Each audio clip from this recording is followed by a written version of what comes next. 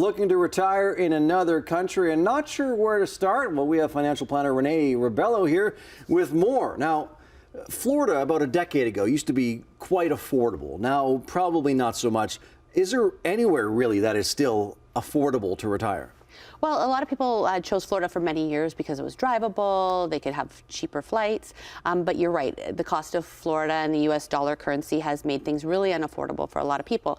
So I actually flew in from Florida last night, and you know, being down there, the weather's still fabulous. However, a lot of people are now looking at other places. So Europe is becoming a very popular spot. You're finding a lot of the snowbirds that would typically go to Florida are now selling their places and taking that US currency and taking it over to Europe and hitting places like Portugal and Spain, and you know, looking at not just the mainlands or the Algarve in Portugal, but also the Azores is a beautiful bunch of islands just off the coast of Portugal with amazing climate, lots of wonderful fresh seafood, and affordable living. Yeah, because it's all about cost of living, especially Correct. when you're retired. You have to pinch almost every penny. Yeah. Yes, maximize those dollars, right? And making sure that you're able to, you know, get around and have some kind of health care available, you know. So when you're looking at different places like Costa Rica, Mexico, you know, Europe, you want to look at a few different things. You want to look at the time of the month, the time of the year that you're going to go, and what's the weather going to be like? Is it rainy season? Is it humid?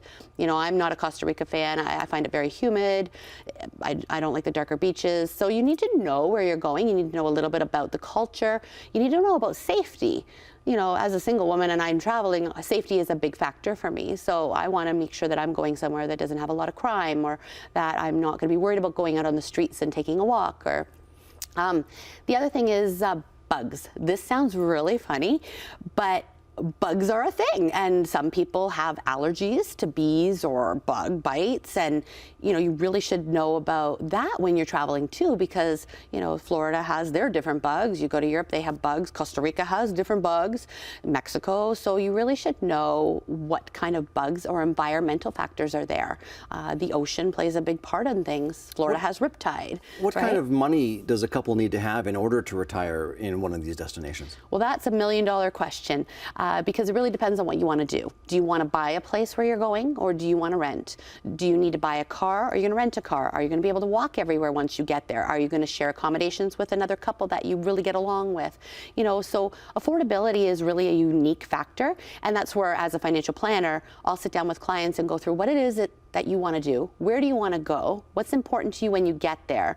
And how much is that going to cost? And how long can you afford to do that for how many years, right? Taking in currency as a factor also. So it's very important to know what you want to do and what's important to you.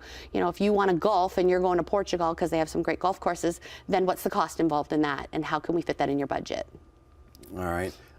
Most important thing someone needs to know. I guess we're running out of time. Most important thing someone needs to know if they want to retire abroad. Health and travel insurance, really, really, really important. You know, you can cut your finger, end up in the hospital, and it could be like a $3,000 currency of that country's bill. You know, so make sure you know your travel insurance and really look at the exclusions, not just what's covered, but ask the travel insurance person that's selling it to you or the company that you bought it with, what are the exclusions? What's not covered?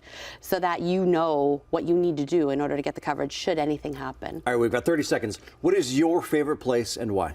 Mine is Florida, still Florida. I built a house down there. I love it. I love the beaches. I love that I'm a drive from home, so if the world shuts down, I can get home still instead of having to take a flight. And I just love that it has all the amenities of Canada. All right, good advice. Thanks very much, Renee Rebelo.